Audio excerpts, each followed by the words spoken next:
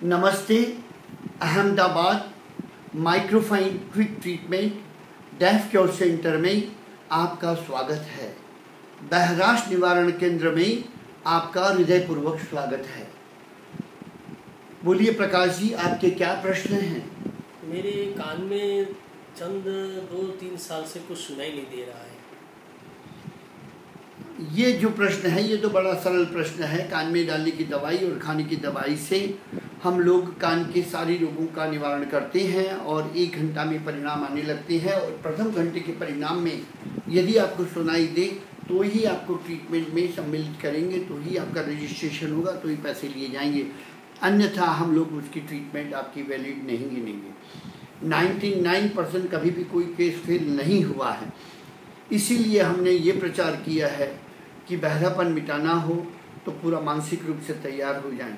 विश्व में बहरापन नहीं मिटता है, ऐसी गंभीर समस्या को बहुत ही गंभीरतापूर्वक फैलाया गया है कि बहरापन कभी भी नहीं मिटता है, और हम कहते हैं मिटता है। इसलिए हमने चैलेंज रखा है कि आपको फ़र्क पड़े तो ही पैसा दें। और दूसरा एक प्रश्न है, मेरी मिसिस को जन्मजात बहराश है, तो उसके लिए क्या करेंगे सर आप? ऐसा है कि आपका प्रश्न ये है कि जन्मजात बहरापन में भी यही ट्रीटमेंट है। ये दवाई ऐसी सुंदर बनी हुई है जो कोकलिया इम्प्लांटेशन की ज़रूरत नहीं है। कान में दवाई जाती है तो अंदर कैनाल से उतर करके सभी यंत्रों को ठीक करती हुई कान की नसों की जो प्रक्रिया है उसको प्रारंभ कर देती है और पेशेंट सुनने लगेगा।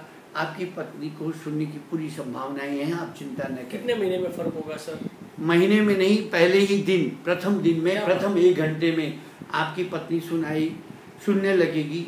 और ऐसा हमारा विश्वास है क्योंकि ट्रीटमेंट काफ़ी सफल हो चुकी है। ये ट्रीटमेंट हम बहुत ही वर्षों से कर रहे हैं। सफल चिकित्सा के हमने सफल वीडियो सब लोगों के आशीर्वाद के हमारे सेंटर में उपलब्ध हैं।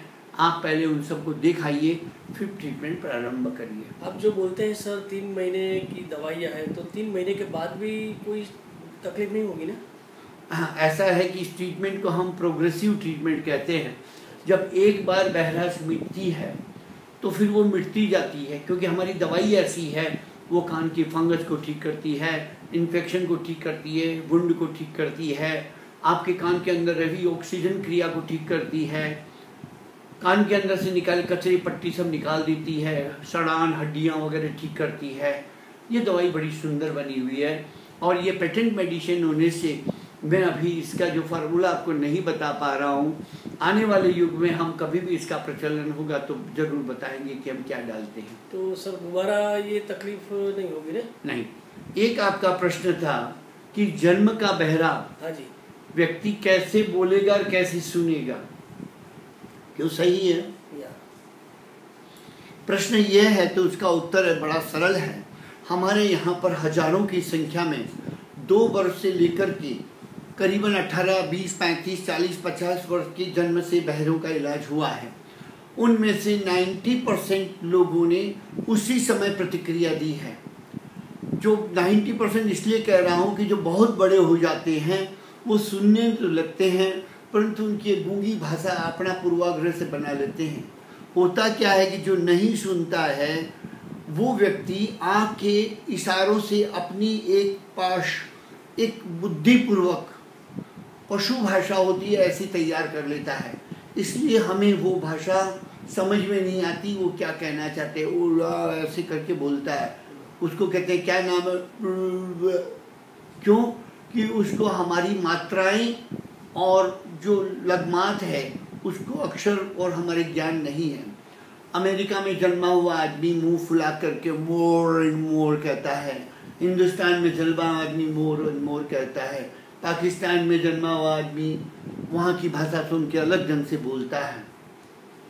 इसलिए जो भाषा है वो सुनने के ऊपर आधारित है। तो कान की दवाई हम डालते हैं, जब व्यक्ति सुनता है तो हम यहाँ पर एक ट्रेनिंग देते हैं कि कैसे 3 व्यक्ति को ट्रियो को हम लोग कहते हैं कि दोनों तरफ अपने घर के 2 सदस्य बैठ जाएं, एक सदस्य सामने बैठ जाएं, और यदि लड़का या लड़की बड़ी हो चुकी हैं तो उनको वो पुस्तक और किताब दे, उनको पीछे से उसको कहें कि आप देख के पढ़ें और वही वाक्य आप वापिस दोहराएं।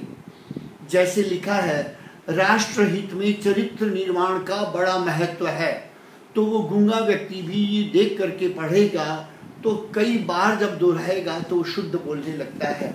ऐसी हमारी जो है वो मान्यताएं सफल हुई है। और बोलिए।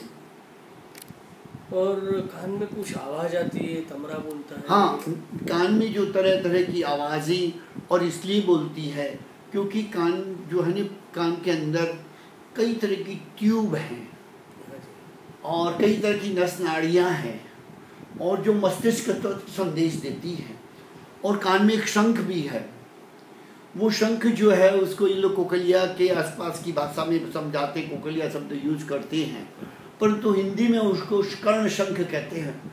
वो शंख जो है उसके अंदर एक जल प्रवाहित भी रहता है, प्रवाह, और वो जो हवा से टकराते हुए जब हमारा नगाड़ा और ड्रम जो है, जो ये कह सकते हैं कि जो कान का पर्दा है वो उससे धीरे धीरे टकराता है तो अपनी एक ध्वनि उत्पन्न करता है और वो इशारा उस पानी को भेजता है। पानी और नसें मिल करके कोकलिया में घूम करके पूरा एक शब्द निर्माण, ध्वनि का निर्माण करते हैं। वो ध्वनि निर्माण मस्तिष्क को दी जाती है। मस्तिष्क अपने सेल्स में उसको स्टोर करता है, स्टोर करके फिर वापिस वो जब ये समय आता है तो उसका वो उपयोग करता है कि मैंने क कमल नु क ऐसे सुना हुआ है, या मैं सोता था तब मैंने बैल डोर सुनी थी, या मेरा जन्म हुआ तो मैंने थाली सुनी थी, मैंने ये बंदूक की आवाज़ सुनी थी। तो वो उन सभी प्रतिक्रियाओं को बाद में दोहराता है जैसे जैसे बड़ा होता है। आजकल तो विज्ञान बहुत डेवलप हो चुका है। लोग क्या करते हैं, पिक्चर देखते हैं, ऑडियोमेट्री तैयार करते हैं, सभी तरह से अपने आप को संतोष करवाते हैं। पर मेरा मानना यह है कि सुनने के लिए तो हम लोग 1 घंटा हमारे पास में काफ़ी है, परंतु समझाने के लिए और बोलने के लिए जीवन भर की साधना है।